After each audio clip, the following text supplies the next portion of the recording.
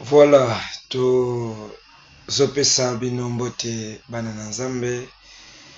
Toza na esengo na ngolo ya Yesu koyeba lisusu kointervenir na pokwa lelo kokomela bino na bisika to bozali na nzela ya émission na bino oyo bolingaka mingi, l'émission Évangile éternel, l'émission de l'église des saints de Wesso, où ils sont situés dans le quartier 15, na goudron ex château d'eau en face ya boulangerie ya la Songa. Bisika wapi to sanganaka pona ba journée na ba culte mardi et jeudi 16h pile à 11h45 et les dimanches c'est de 8h pile à 11h45. Awa na radio Béni to les kanaka tout le lundi et vendredi à partir de 19h pile qui 20h d'autres zakana 1h awa na radio Béni. Alors moi que ndenge to uti koloba na ndeko na biso Ibrich Elela le sénateur ndenga tone biso que bato banda kotuna mais pourquoi pasteur azole kandiete. Alors ndenge to uti ko répondre que nazana nonga moko oyo naza ko intervenir plus awa na radio nazanga moko na église tout ça pena bandeko baza. Alors yango moni que toza lokola toza biso moko koleka na awa na radio pona ko intervenir ezo deux fois tokozala pas occupé parce que bakapeze ozala ya kolandela bamakamsu peze ozala oyo ezo nécessité kate que toyebisa bino yango ouvertement, mais bon comprendre bongo, mais cela ne nous empêche pas et que tolekanaka awa koleksa émission pona lipamboli na bino bana Nzambe bino oyo boyokaka émission oyo tango nyonso boza bato esengo parce que émission oyo etalisaka bino moto te elakisaka bino mobikisi ya molongo mobimba. Voilà pourquoi lelo encore toza na esengo parce que lelo eza lundi le 27 octobre 2025. Donc naza en direct lelo pona koleksa émission pona kote ya bino lo bana Nzambe. Alors zala pambola bino ba pasteur ya Wesso zala pambola bino toyebi ko boza kebele connecté pona ko yoka diteya oyo Nzamba teyaka bino pena nzela na biso ezala basambe nyonso Nzamba pambola bino de partout bozali bakonza mboka Nzambe azala na bino na bisika obozwami étant disposé pour kolanda cette émission. Obozoyoka, c'est votre frère, le pasteur Bolo Vital, de l'église des saints de Wesso, né ozoyoka natango oyo pona kote ya bino. Na kobonde la pokoto banda portion pokwa le Seigneur na pesa merci. Yo sale que to yeba lisusu ko intervenir na pokwa lelo parce que oya pesa ka l'être, le mouvement, la respiration et toutes choses ezali yo. Que ton nom soit puissamment élevé, glorifié, posa monene. Na bolingo na ozali Nzambe, pambola audition bana na yo. Ngona Nzambe localiser bango. Nyosa mongole za musika na kombo na Yesu. Zana biso bana kinusuka poza Nzambe au nom de Jésus. Amen. Nazo pesa mbote en passant na mwana na ngai Ornella, Nzamba pambola yo. Nzamba pambola la sœur Yolande. Maman Marie Moko, la sœur Fatou, Nzamba pambola bino, frère John Zanga, sœur Flore, Zambe apambola bino mingi, de partout bozana yebi ke boza tellement ebele, vraiment kolanda émission oyo, Nzamba pambola bino mingi, pona ba soutien na bino na émission oyo, na kotia même boomer pour que ba voisin, ba voisine ba yoka.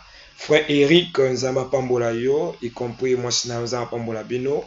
Couple na bino ezala Béni ezala maman Élisée Nzamba pambola pe bino mingi na kombo ya nkolo Yesu Masia.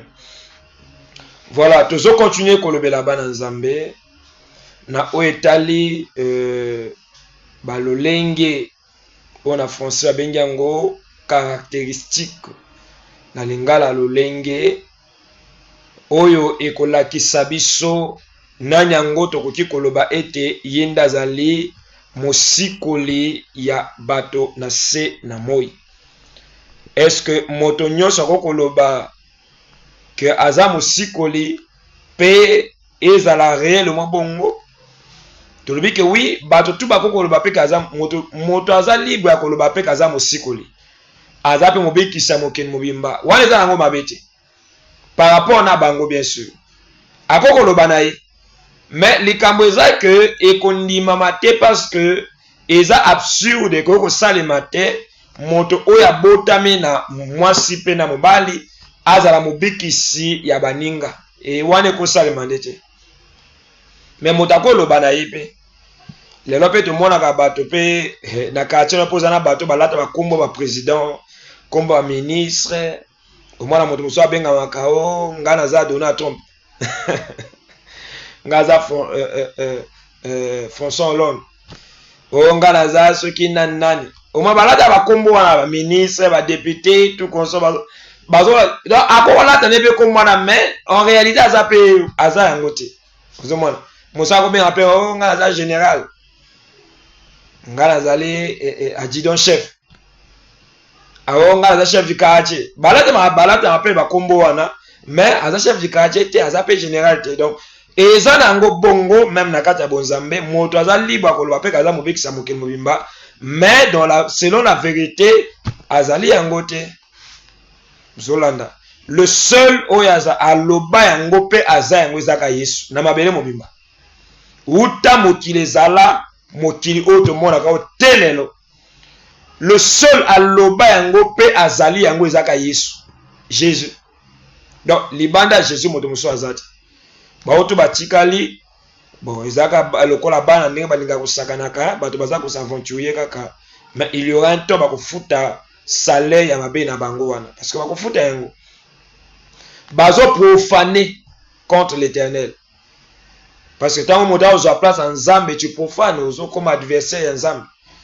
Alors faut yeba que adversaire tout ya Nzambe akofuta azana prix oyo akofuta pona mabe na ye o azo sana sena moi.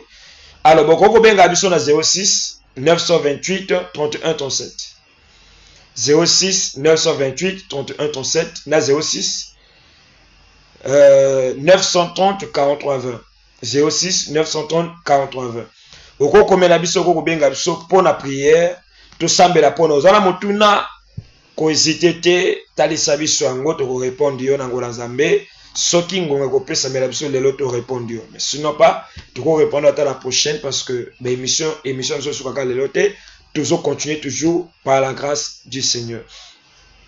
Alors en passant je voulais dire ces choses enfants de Dieu. Moi le pasteur Bolo Vital na fongoli compte chaîne YouTube ebengami ou bien ils ont dénommé Vital Bolo officiel. Vital Bolo officiel. Wana na YouTube. Donc to fongolango nouvellement nani je pense le samedi kaka o lelo to za lundi donc deuxième jour nango za lelo o to fongoli chaîne wana to za na besoin na bino bana Nzambe oyo bolandaka biso bozalaka amoureux ya matia oto tiaka bozalaka amoureux ya grâce na biso ndenge totazaka bino makama Nzamba solo. Alors to senga na bino bo s'abonner na chaîne wana parce que jusque là nano tozui espace te oye koko zala molai pour que to banda ko te ya kuna na tozui espace te. Pourquoi? Parce que il faut te remplir ba critère oyo sengama na YouTube pour que ba libérer biso assez d'espace oyo ko banda ko permettre biso ko te yaka na tango molai. Donc awa espace ba pesi biso zakaka 2 minutes 59 secondes. Donc kuna ote ya ndenge. Alors soki bo s'abonner belé okomona que ba ko libérer biso espace de sorte que to yeba ko te yaka comme il faut.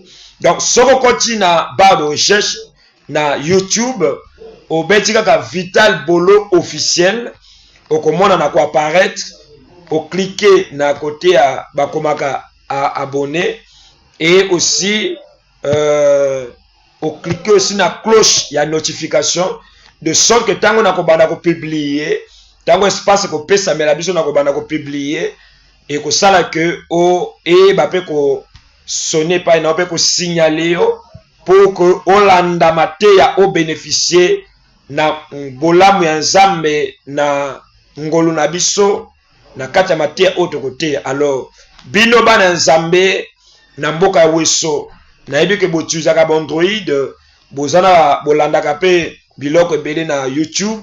Alors bo s'abonner vraiment kuna tozana posta pe ba soutien na biso ya ba soutien na bino bo s'abonner et kozala malamu mingi boza ebele na mboka weso soki bo s'abonner ça va nous aider to bien bako te ya Yesu kuna. Alors tango espace kufungwa mela biso parce que yo po contribuer Nzamba ko bosa na yote. Alors toko sala ngo pona bolingwa Yesu parce que bana Nzamba za partout. Na Facebook toza, na WhatsApp tozali, na YouTube tozo kota. Alors bana Nzamba za bele photo landa bango partout bisika bazali. Na ba media photo landa bango partout. Pourquoi te fungole chaîne wana parce que na page nanga Facebook na plus de 5000 abonnés. 5000 abonnés. Mais tozolinga particulièrement je vais quitter Facebook. Donc ça Facebook na TikTok vraiment na lingi na quitter ba réseau wana na se focaliser seulement na YouTube pe na WhatsApp parce que na WhatsApp nazana groupe on a fungola pour na ko partager bande ko maloba Nzambe dénommé Chris enseigne.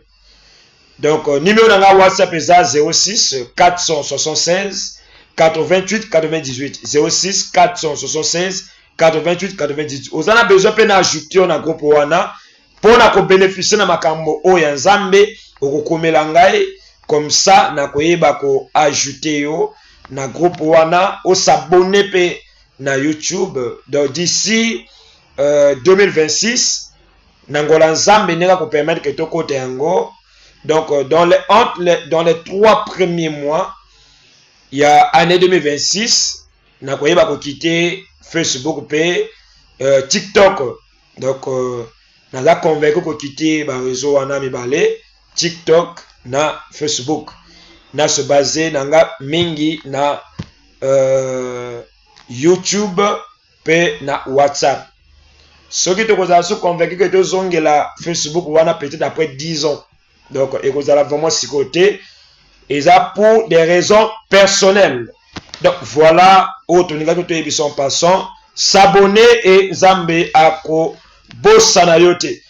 Voilà, tokoma ki na 4e caractéristique autre bana kolobela na bana Nzambe kotalisa lolenge ni tokoko yeba moto oyo tope nana ngwa ko kozala mosikoli ya mokili mobimba. Tolobaki que ya mine eloko ekotalisa biso la 4e position et koko la sabiso que ye oyo nde tondimela ye que aza mobikisi ya milimo na biso eza moto oyo tokoromake que ayebi kobimisa lokuta na monoko na ete. Donc tomona lokuta na kati ya monoko na yete. Soki tomoni kaka yo monoko no deja okosaka ozokosa oube ozokosa tokoloba déjà que non oza dignité ya koloba ke oza rédemption ya l'humanité, oza rédemption pour la rédempter la race humaine, oza dignité parce que faut la trouver digne ya convaincre l'humanité pour que bandima ke oui ye oyo azo mérité oui cause la rédemption pour la rédempter ba amna biso. Au cas contraire ozali yango te malgré ko ba kenon naza yango parce que na otolo ba que moto mosu pour moi na benga menga naza sous-préfet naza préfet mais so otali boye ane chômeur ane bandi ane nani moko moto moka bongo bongo et ngolo ba te kaza oya lobby wana oko benga mano président oko benga mano ministre oko la no oyo lingi okokomi lobano yango mais seulement ozali yango te parce que ba critère na yango o rempli yango te. Donc c'est ce que vous devez savoir, chers enfants de Dieu. Mais Jésus a rempli critère wana yako loba vérité. Na monoko Yesu to mona lokuta tena tikaki motuna na bana nzambe koloba ke nana wako pesa biso parce que obengi awa to tia au parleur bande ko yoka o pesa biso ta écriture ka moko o na monoko Yesu lokuta elima ezala écriture moko te na Bible o ezo ekoko convaincre biso parce que 2 Timothée 3 le dit, toute écriture est inspirée de Dieu, utile pour enseigner, instruire, corriger et convaincre dans la justice.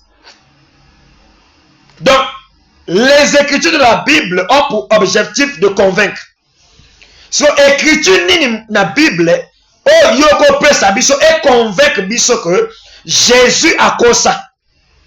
Ce que dans l'écriture, moi que Jésus a kosa, à ce que tu retiens épée, nakata lignée ya ba oyo ba koko benga ma rédemption te pas pour rédempter la race humaine. Mais donc faut donc luka moto mosusu. Mais déjà en avance je dis il n'y a aucune écriture oyo pour convaincre biso que Jésus a kosa, ça n'existe pas. Tout ce que Jésus avait dit n'était que vérité. Jésus n'a point menti. Tout ce qui était sorti de la bouche de Jésus n'était que la vérité. Et c'est partant de là que nous avons été convaincus, que nous avons prouvé encore, en disant que si dans la bouche de Jésus, on n'a pas pu trouver le mensonge, cela nous montre à suffisance que Jésus est la rédemption de l'humanité, il est lui le sauveur de l'humanité, ce qui veut dire aussi, en allant plus loin, il est le véritable Dieu, le créateur de l'humanité, des cieux, de la terre et tout ce qui s'y trouve. Parce que le seul qui ne ment pas, c'est Dieu lui-même. Parmi les anges, Dieu, il est celui qui est véridique. J'avais donné les écritures que je vais encore répondre parce que Dieu voulant par sa grâce, on peut encore ajouter critères mosusu. Je prends Nombre. Rapidement, prenons Nombre chapitre 23. Non, Nombre 22 d'abord. Nombre 22. Écoutez ce que dit cette écriture. Nombre 22.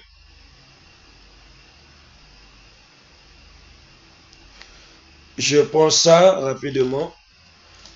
Nombre 23, pardon. Nombre 23. Voilà, Nombre chapitre 23. Je prends le verset 19. Dieu n'est pas un homme pour mentir, ni le fils de l'homme pour se repentir. Ce qu'il a dit, ne le fera-t-il pas? Ce qu'il a déclaré, ne l'exécutera-t-il pas? Vous voyez? Donc, Zambe Oya Lobi, Zamana Monote pour Kosa. C'est-à-dire que celui qui peut mentir, c'est celui qui est le fils de l'homme. Alors, qui est l'homme là?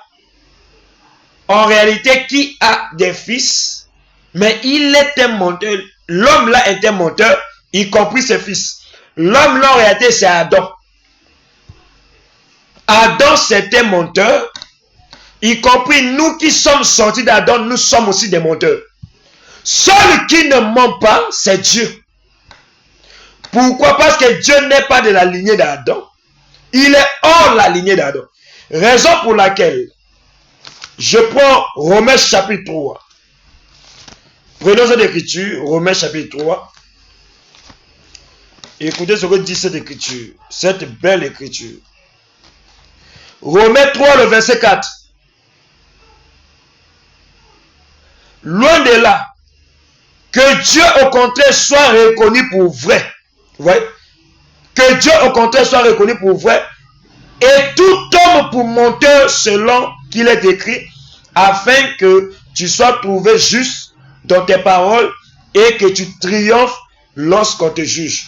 Donc, l'apôtre Paul a dit que tout homme soit reconnu pour menteur, seul l'Éternel soit reconnu pour vrai. Donc nous comprenons que celui qui ne ment pas, celui qui sa bouche ne peut jamais sortir du mensonge, c'est Dieu lui-même. Il avait dit à Jérémie, Jérémie, que vois-tu? Il a dit, je vois une branche d'amandier.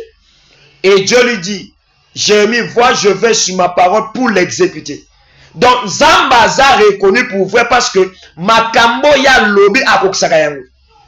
C'est là où je voulais exhorter une personne que, oh, tout Zamba loba pona yo, loko la kosakate et là d'akan zot. Soki Zamba lobela na bandoto na yo, okozwe sengo, okozwa libala, okokena liboso, okopogresser, okozwa promotion.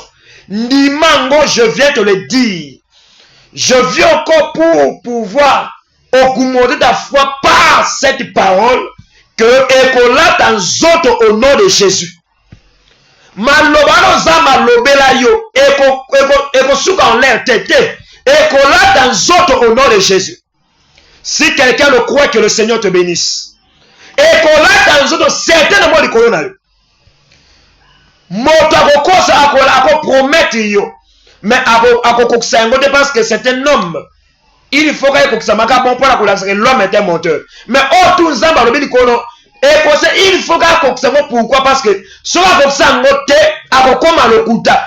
Et tant zamba lobi malokuta ça veut dire que akosa encore sauver la âme ya yote. Pour convaincre que vous avez sauvé l'âme, même Makambo le concernant vie sur la terre, il faut que c'est yango. Yango batelaka Makambo Zamba loba na yo, tota ekolata kan zoto. Zamba loba ki na Abraham que na époque anezo yaka mwasino akobota. Est-ce que Zamba kosaka abota? Zambe soka lobino likambo ndima yango pe ekolata nzoto. Zamba baki na Israël akopesa bango pays ya Kana, akobengana ba nation pona a établi bango pays ya Kana akola demeure na bango. Est-ce que Nzamba akosaka yango apesa Israël pays wana te? Oyo Nzamba lobi akokisa yango kaka. Alors ndima na makambo Nzamba loba na yo, oyo ezobima na maloba na ye ekolata nzoto. Et okomona yango certainement. Donc Yesu a tout le monde que Nzamba kosaka te. Alors tu vois que Nzambo ya kosaka te alataka nzoto eza Yesu ayaka pe na mabeli yango so tangi mingi elobela Yesu banda ko lobaka que en vérité je vous le dis. En vérité je vous le dis. Pourquoi Jésus disait cela? Parce que Jean chapitre 17 verset 1 nous dit la loi a été donnée par Moïse, la grâce et la vérité sont venues par Jésus-Christ. Jésus n'était pas sorti de la lignée d'Adam, mais lui, il venait du ciel. Voilà pourquoi, dans Jean 6, Jésus avait dit, je suis le Père descendu du ciel. Jésus ne tire pas son origine d'Adam, l'homme premier, mais il tire son origine du ciel. Même si vous lisez Michée chapitre 5, le verset 1, vous descendez. Jésus tirait son origine de l'éternité. Vous voyez? Il tire son origine de l'éternité. Ce qui veut dire quoi? Lui, comme étant Dieu, depuis l'éternité, il ne montait pas. Il était véridique. Voilà pourquoi même sur la terre, il faut convaincre que Nazan Zamba ou l'éternité attire au cosate. Et malgré Nazan Katina Bino Bato, malgré na botam Nazara moi si Marie, mais Nakoko Saka dépend de l'examen que Nazan Zamba. Le seul qui n'a jamais menti depuis qu'il est né. Je dois faire un âge à 33 ans. Donc, depuis âge à 0 ans jusqu'à 33 ans, à tirer au Kosate. Si vous avez benga biso alaksa biso ta moto moko.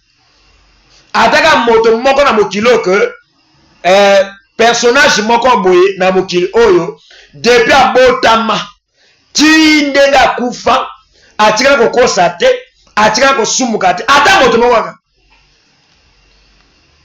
Alors, deuxième question na baxi. Nana mwana kati ya batu na mokili o depa botama ti akufa atire ko Kosate. Akufa na 15 ans. Akufa na 20 ans. Bon Yesu akufa na 23 ans. Bon ya moto na to diminuer de âge. Akufa na 10 ans. Masumu kati. Nani? Deuxième question na otika. Na Bible esika nini Yesu akosa? Voilà deux questions à tirer les. Déjà, je dis en avance, yes, c'est quand on constate, peine à moquer, ça la moto, mon compte à botamati à koufa, ou à tirer au constate, ou à tirer au soumugate, à zate, moto, tout à soumugate. Vous voyez cela? Mais le seul, c'est Jésus.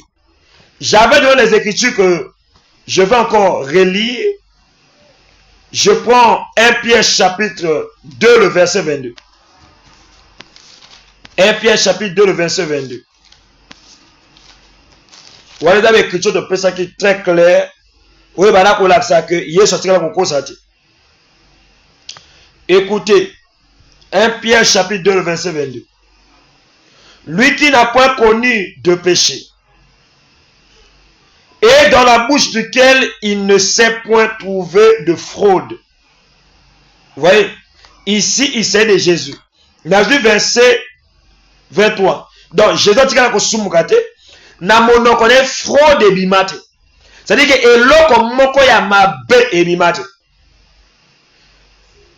Aucune parole déshonnête et bimate na mono kwa Yesu. Et tu as quoi dit? Verset 23. Lui qui injuriait ne rendait point d'injure, maltraité, ne faisant point de menaces, mais s'en remettait à celui qui juge justement. Verset 24. Lui qui a porté lui-même nos péchés en son corps sur le bois, afin que mort au péché, nous vivons par la justice. Lui qui n'a, lui par qui les maîtres sûrs, lui par les maîtres sûrs duquel vous avez été guéris. Oui. Donc, vous comprenez par ici que Jésus va fingaï, va tcholai, va atikala jamais kozongsa. Pourquoi? Parce que ezalaka nature na été. Jésus a la nature de son finga zongsi. Pourquoi? Parce que soko tangi mokanda Esaïe 54 verset 5, bazora ke azalaka saint. Nature nzambe la sainteté. Nakata sainteté bakuta lokuta te. Bakuta kofinga te. Bakuta bitumba te. Voilà pas Jésus t'envoyé dans zot. Malgré l'accusation, pendant qu'on accuse Pilate a dit que yo zo kanenge bazo accuse te. Yo kono bakutu te. Jésus vanda kimia. Pourquoi? Parce que avec la nature ya bitumba te. Il avait la nature de la sainteté. Pourquoi? Parce qu'il était Dieu. Dieu c'est le saint. Dieu c'est le saint. Voilà, il était là tranquille. Pourquoi? Parce que la nature n'a été. Même lorsque Jésus, na Marcus, on a qui soldat, Romain Watindaki pour la Jésus, Pierre Azumbeli a katilitoy, ya Marcus. Et quoi? Jésus a Pierre que Pierre zoni sa épée de siganango.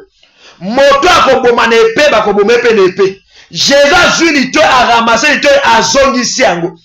Pour la que ayaka qui prend la guerre, il était venu pour la paix. Raison pour laquelle, malgré la menace tout qui a contre lui, le collègue qui pour la paix, il ne pouvait pas menacer. Il acceptait que Batouba salait ma paix, mais Azom ça m'a bête. Pourquoi? Parce qu'en lui, il y avait la nature de la paix. Raison pour laquelle, tant que Jésus a sécuit, il a parlé à ses disciples et il leur dit, je vous laisse ma paix et je vous donne ma paix. Parce que dans la première venue de Jésus, vous devez savoir que la première venue de Jésus est là qui d'abord pour la troubler. Voilà pourquoi lorsque j'étais avec même et pas ya fou ya Gadara ou à qui dans le cimetière, l'écriture dit que les gens va démons qui étaient dans le fou de Gadara, bah comme ils criaient, oh Jésus fils du Dieu très haut, pourquoi nous persécuter, pourquoi veux-tu nous persécuter avant le temps? Ah dit que permets-nous au moins toi qu'elle n'a qu'à de la pourceau. Jésus a dit que bon qu'il n'a qu'à de la pourceau, n'a qu'à de la cochon. Démon n'a qu'à de moto na fou, bini n'a qu'à ya ngulu wana. C'était pour dire quoi? Jésus n'était pas venu pour menacer des esprits mauvais. Mais il était venu pour la paix. Mais il y aura un temps. Parce que les démons ont dit à Jésus, pourquoi veux-tu nous persécuter avant le temps? C'est-à-dire que les démons ont même la notion du temps. Il a la notion du temps selon la prophétie. Il y aura un temps où Jésus viendra pour menacer maintenant, troubler maintenant les démons, y compris les hommes mauvais sur la terre. Mais la première venue de Jésus n'était pas venue pour menacer. Il était venu pour la paix. Voilà pourquoi Jésus nous a pas ordonné de brûler les démons. Comme d'autres gens prient, n'importe démon, natumi, te wanozo menacé frère. Tozana na to ya ko menacer te, toi na to na ni te ya ko tumba. Tozana to ya ko chasser. Parce que toi ko chasser de tango ya kimia. Mais il y aura un temps où et qu'on a tout temps à chasser, mais comme il maintenant temps où il y a qu'on consumer. Il y a qu'on consumer maintenant. Tant qu'on est d'accord, et après enlèvement à l'église. Et là, l'autre. L'autre, on attend à Kimia. Voilà pourquoi l'apôtre Paul dit dans Éphésiens chapitre 2 qu'il est venu pour annoncer la paix à ceux qui étaient auprès et à ceux qui étaient au loin. Ceux qui étaient auprès, c'est qui? C'est Israël. Ceux qui étaient au loin, c'est qui? C'est nous les nations. Nous les étrangers. Donc Jésus, la première venue, avec un but, il y a quoi annoncer la paix à l'humanité. Il y a quoi luka la paix na bateau. Mais bateau tout va qu'on rejeter. Baïba ke akokanga bango rancune na motema na ye. Pour na qu'on venger contre bango dans le temps d'avenir. Voilà pourquoi aujourd'hui l'apôtre Paul dit, si vous écoutez sa voix, n'endurcissez pas vos cœurs, comme au jour de la révolte. Frère, un jour, ça m'a vengé. Mais les lois ont vengé. Il est en train de pardonner parce que Jésus a versé le sang afin que le pardon soit donné aux enfants de Dieu. Donc, moi, je crois la vérité. Zambazo limbi samabenaye. Malgré auto salaki. Wako sofa zemi, ko boma, ko panzama bala, ko salamabe, zambazo limbi sayo. Parce que loko zamba lukaka nakata modoza humilité, o reconnaître ma benonde soko zongeliye. Mais tant que s'enorgueillir, c'est là que ça va garder en rancune parce que le livre de Naoum chapitre 1 le verset 1 descendant et le dit que ça va garder la rancune dans mon thème. Vous voyez, tant que ça va ma bé azo battre la rancune, mais le là que ça ma bé, à côté qu'on vit dans ça va ndeko lingi. Yama que ça moto msako bon matin ba tondenga lingi, o ma bébé comme la pété. Et là que Nzamba ko c'est le côté Nzamba capable ka funga ma belebe bo emeli moto wala. Mais pourquoi Nzamba otike parce que na tango to zeta tango ya ngolu, c'est le temps de la grâce. Sous ces Nzamba que bato ba se repentir. Vous comprenez? Et là tango Nzamba otike bato ba se repentir. Bato ba se renoncer na mabena bango. Raison pour laquelle tango Pierre a retenu dans Actes chapitre 2, la Bible dit la multitude de ceux qui avaient cru. Bah oui que les frères là, bah Simon qui n'a mis thème, bah le bien l'apôtre, homme frère, que ferions-nous? L'apôtre Pierre les a dit, l'apôtre Pierre leur a dit, répentez-vous et soyez baptisés pour la rémission de vos péchés et vous recevez le don gratuit du Saint-Esprit. Vous comprenez?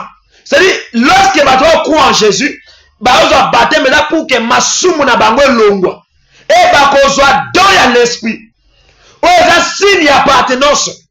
Zamba kolimbi samabe, raison pour laquelle tu le bakoki ko baptiser moto na piscine te. Baptême ko dans la piscine te, na kopo ya mai te. Basperger moto mai te, ouais va faux baptême. Pourquoi? Parce que tango déjà va baptiser moto na mai oza stationné, ezo la sake ozo kota na mabena yo, ozo bima pena mabena yo. Oh mai ya ezo tchola. Et là, image à kolaksa que tango zo kota mabena yo ezo tchola. Donc tango zo bima moto asika. Ya komoni que Jean-Baptiste abana ko baptiser bato na mai bana ko tchola na Jourdain. Jourdain da mai za stationné te za mai tchola. Même Jésus peut abana ko baptiser bato na place mai ezo tchola. Pour ne kolaksa image que tango moto zo baptême na mai ezo tchola, nzamba zo longola mabene donc acholisi mabeno alimbisi yango. Siko besiko bati abato na mai oyo ezofa de sika moko. Et là voilà kolakisa nini? Écriture ezo soutenir yango. Alors Matthieu wana tozo asaka eza lokuta qui montre que moto ndimela Matthieu bongo akobika te. Le baptême c'est au nom de Jésus na mai oyo ezo tchola. Jésus a photo T. Jésus peut y combo en beauté, mais Jésus a d'abord enseignement. Yango Jésus a le qui n'a pas que aller partout le monde prêcher la bonne nouvelle à toute la création. Celui qui croira et qui sera baptisé sera sauvé, mais celui qui ne croira pas sera condamné. Donc Zamba a renfermé le baptême, nakati a renfermé le salut à âme, nakati à baptême. Tant qu'on a baptême, frère, bon, aux baptême n'a combo mais n'a pas stationné, frère, au compte à l'eau la tête.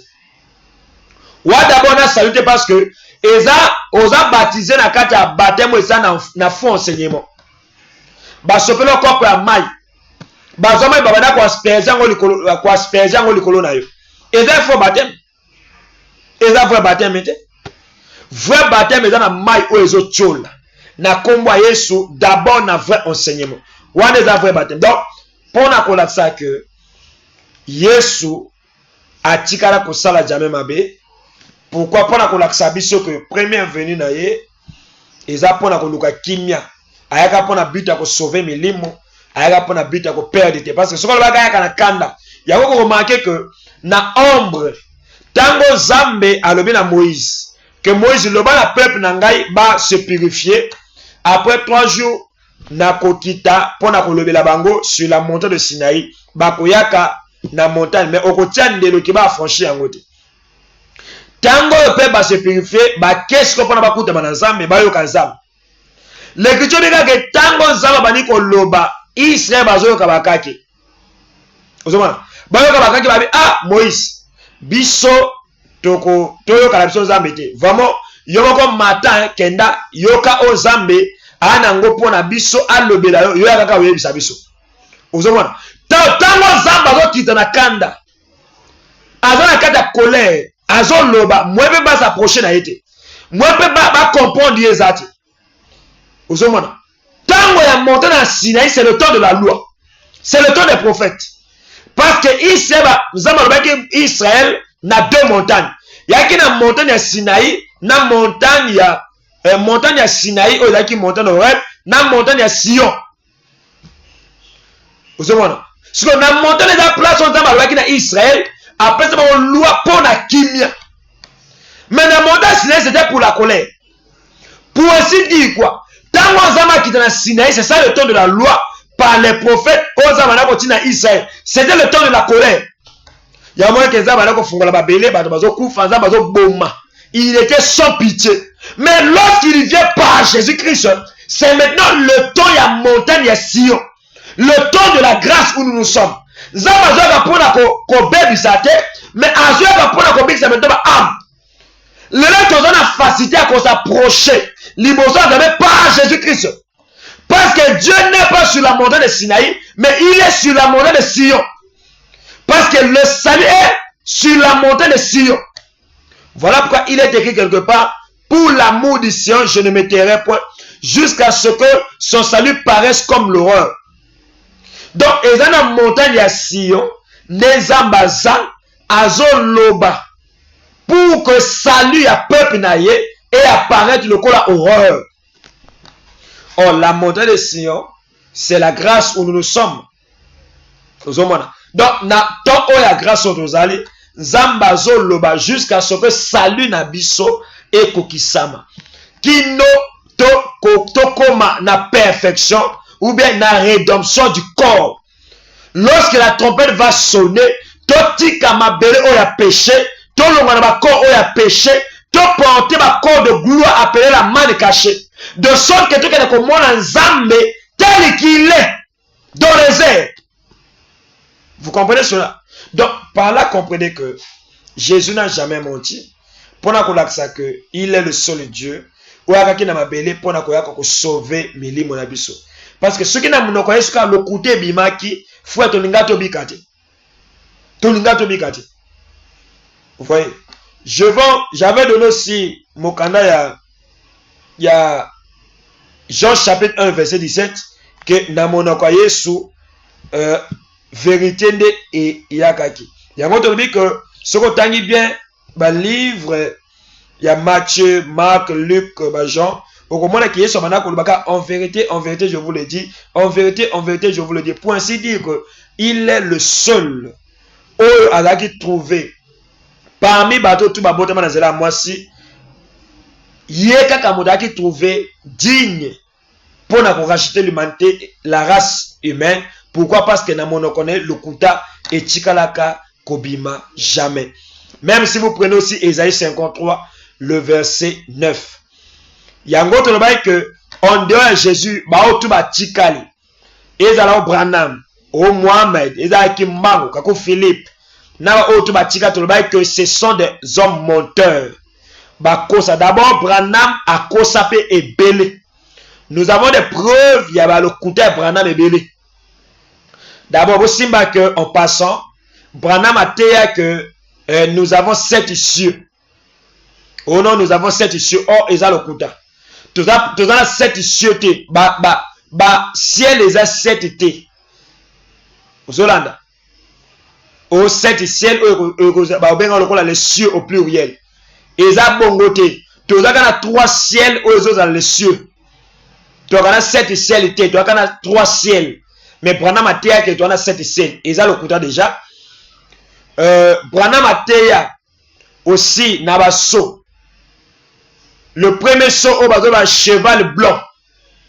Bah mon cavalier au cheval blanc. Alors que ce cavalier au cheval blanc, ce cheval bleu est un zambe. Il a d'abord le kuta et n'attend pas encore qu'on répare enseignement. C'est-à-dire que il s'est trompé par rapport à un cheval blanc. Il y a Apocalypse chapitre 6. La ouverture à premier saut. Dans cheval blanc, il y a Apocalypse chapitre 19. Où il y a celui qui s'appelle le fidèle.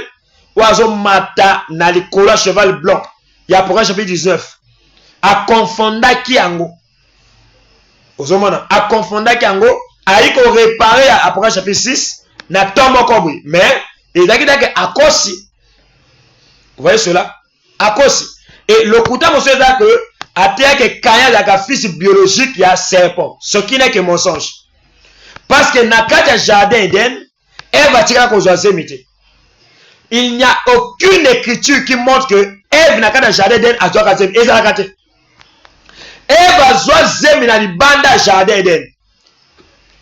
Tant que Zamba chassé dans le banda jardin, Ève va y qu'on soit zémité. Ève va soit jardin à soit zémité dans le jardin. Atira ko bota pe na kata jardin te. Caïn na Abel na ba 7 bango tout ba bota matango zama bwakaka adona Ève bana jardin. Ya go moi que na Genèse chapitre 4 verset 1 à 2 ba que Adam connut Ève sa femme et elle conçut et Ève dit j'ai enfanté un homme avec l'aide de l'Éternel. Moi na ngolo après c'est comme ya Caïn. Osomona. Donc, quand il y a des gens, moi, je suis formé dans les Ève. Parce que moi, moi, c'est ça, mais moi, moi, mais zemi wana, le quoi n'est que moi, moi, je suis zemi, mais moi, vous voyez? Donc, Ève a zemi, zambene modacha zemi na kacha, libumu ya Ève après que Adam accouché na moi ensemble. Et ça serpent té. Na nature beza le kuta, ça le makate, et ça té, ça le kuta. So que ça bongo. Serpent ngwa za kana sexe serpent ngwa kandengeni. Hein? Sexe serpent za kandengeni. Parce que bon le baga que non, Ève va zo zemi Ève va zo zemi serpent. Voilà c'est un des boloba. Baba lo bagabon. Ève a zo zemi ya serpent. Bon voilà c'est bon entre guillemets. Si vous question pour tout les arbres, ba sa couple qui ndengeni. Ba sa couple qui ndengeni. Parce que tu as vu que tango serpent, tango ba nyoka ba sa couple ka ba seraka l'un contre l'autre. Donc ba s'entourer l'un contre l'autre.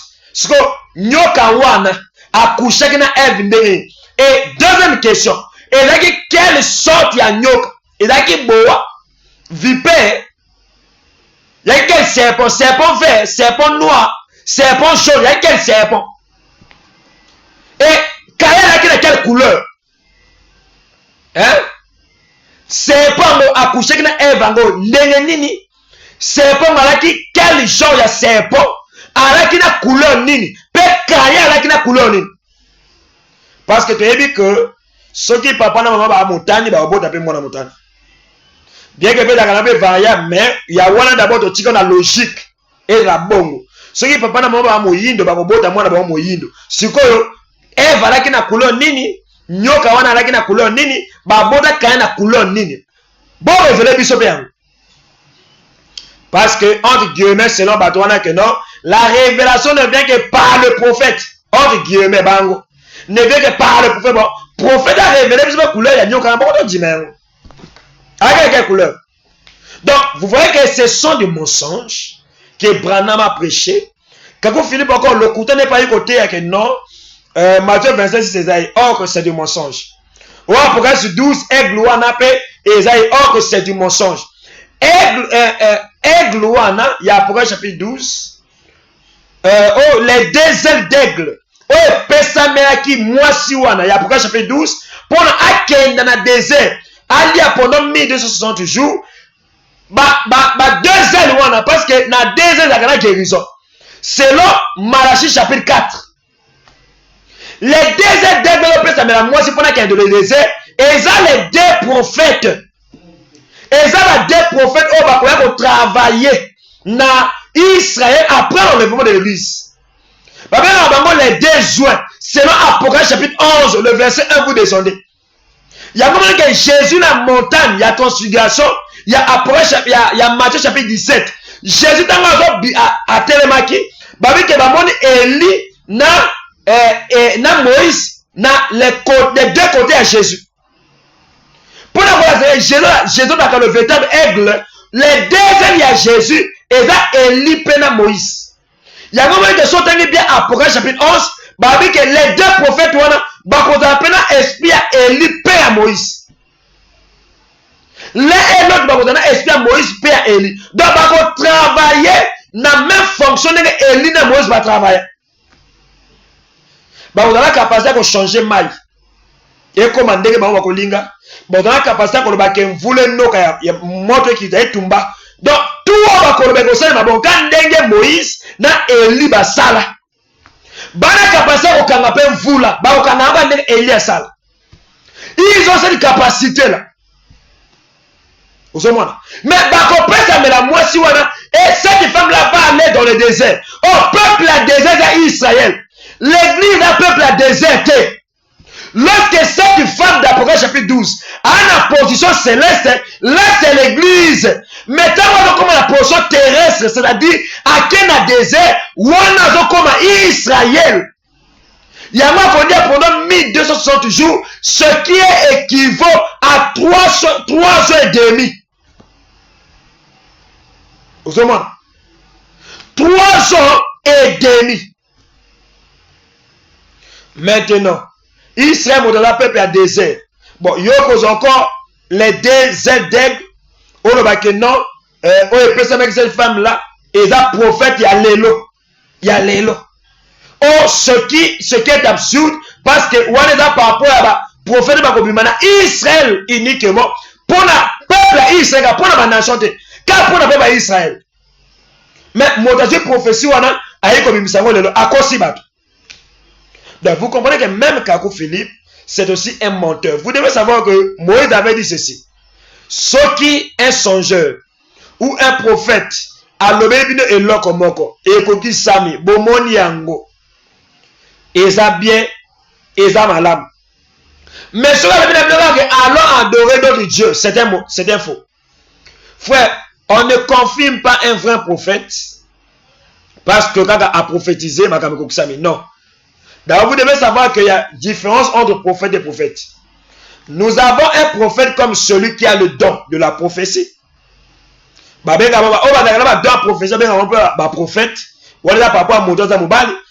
prophétesse pour la moto de moi aussi. Don spirituel aux personnes par l'esprit. Na moi dans mobile te à moi aussi. Prophète, prophétesse. Mais nous avons aussi un prophète comme celui qui n'a pas le don de la prophétie donné par l'esprit, mais qui a le don ministériel de la parole donné par le Seigneur. Parce qu'il y a une différence là qu'il faut faire. Nous avons les prophètes comme ceux qui ont été envoyés en Israël du temps d'autrefois. Voilà l'écriture de Hébreux chapitre 1, le verset 1, que Dieu a parlé à nos pères de plusieurs reprises par les prophètes au temps de Moïse. Ça, nous avons les prophètes comme ceux qui ont reçu la grâce, qui portaient l'Esprit de Dieu en eux et amenaient l'ainsi dit l'Éternel au peuple d'Israël. Mais donc les prophètes là aujourd'hui, leur temps avait déjà pris fin. Parce que Jésus, selon Romains 10, verset 4, il est la fin de la loi. Il était venu pour mettre fin au service des prophètes. Vous voyez? Au service des prophètes. Même si vous lisez Jean chapitre 4, quelque part Jésus dit à ses apôtres que vous êtes allés moissonner là où vous n'avez pas sémé. Vous êtes entrés dans le champ où vous n'avez pas travaillé. Mais les qui ont travaillé dans le premier champ, dans le champ, c'était qui? Les prophètes. Le champ, c'est Israël. Vous voyez? Donc, il y avait un temps où les prophètes ont travaillé. Mais lorsque Jésus vient, il y met fin au service ou au travail des prophètes. Afin maintenant de faire entrer les Éphésiens 4 maintenant dans le travail. Le travail qui se fait aujourd'hui au temps de la grâce, ce n'est plus le travail qui se fait par les prophètes là, qui étaient envoyés en Israël, mais aujourd'hui c'est par les Éphésiens 4:11. Tu es la prophète et c'est Souka déjà. Et là sous les lotés. Il y a autre chose que Branham a benga malokola un vrai homme de Dieu, un vrai prophète. Pourquoi? Parce qu'il ne cadre pas.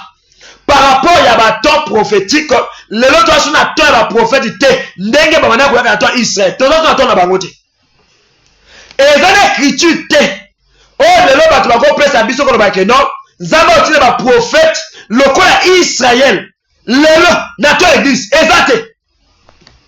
Aujourd'hui, Dieu envoie plusieurs. Les Éphésiens 4:11. Voilà, Jésus avait dit, Père, comme tu m'as envoyé, moi aussi je les envoie. Jésus a envoyé plusieurs. Qui sont les plusieurs que Jésus a envoyés? Éphésiens 4, le verset 7 à 11. Étant monté en haut, il a émené des captifs et il a fait des dons aux hommes. Les hommes que Jésus a fait des dons, c'est ceux-là qui les ont envoyés. Les pasteurs, les prophètes, les évangélistes, les docteurs. Ouais. Et les prophètes. Donc, bassin qui donne ministériel ouana, et gana on les lots, yesu nzamba au travail autour de l'église. Israël c'est un peuple, on nzamba travaille kana on est un prophète. Mais biso, ce sont les Éphésiens 4:11. Donc voilà pourquoi nous déclarons Branham dans le rang des vrais hommes de Dieu. Nous déclarons Kako Philippe, Kimbango et dans le rang de Mohamed. Nous les déclarons frères. Et la vérité, le foyer bayango. Dans Mokanda, Matthieu chapitre 16, dans verset 7, vous descendez. Jésus maintenant qu'on va gardez-vous de levain des pharisiens et des sadducéens. Bas sadducéens, bas pharisiens, bas là qui bas religieux, bas prédicateurs. Vous comprenez? Ils étaient aussi des hommes de Dieu. Mais Jésus a qui m'a combo que boke bana bango, bas sadducéens. Na ba scribe wana boke bana bango. Jésus parlait de cela. Voilà pourquoi nous devons. Pourquoi je demande parce qu'il savait que matière à bango ça matière ma bé. Ce qui va te balancer en bas ko bikate. Raison pour laquelle nous aussi aujourd'hui nous vous parlons tout en vous révélant que ba o baza ma bé. Ce qui bolandi bango mili mon abino ko bika et ko bé ba frère. Moi qui vous prêche nazale la vérité parce que moi je suis Jésus. Alors par la lumière que moi j'ai. Oh, j'ai compris que Jésus est la vérité. Non, je dois aussi vous montrer le frère qui est pas dans bateau parce que madame bateau ma bé. Tant moto solo et bon l'année. Moto alinga kande konaye a kolakse nzela malam. L'écriture dit que la charité et lukaka intérêt na ngombo côté intérêt pe abaninga. Frère, le seul chemin qui sauve c'est Jésus, la parole véritable. Bato tu batikali wana oyebi bateyaka lokuta bateyaka lokuta pe bakoteka lokuta ba message bango zaka lokuta na lokuta. Vous comprenez? Et zaka lokuta na lokuta. bato mosusu bayiba zwi o non nzambe alobaki na Moïse ke Moïse longola lipapa na parce que esika oza mabele wana eza mabele eza pur. Bon, na toute notre question yoka siko folie ya bato wana pour comprendre que le kuta eza penza na mokilo propre. Donc bato balamba penza le kuta et pour na bandimisa pe bato yango et bato mosusu bazondima pe yango.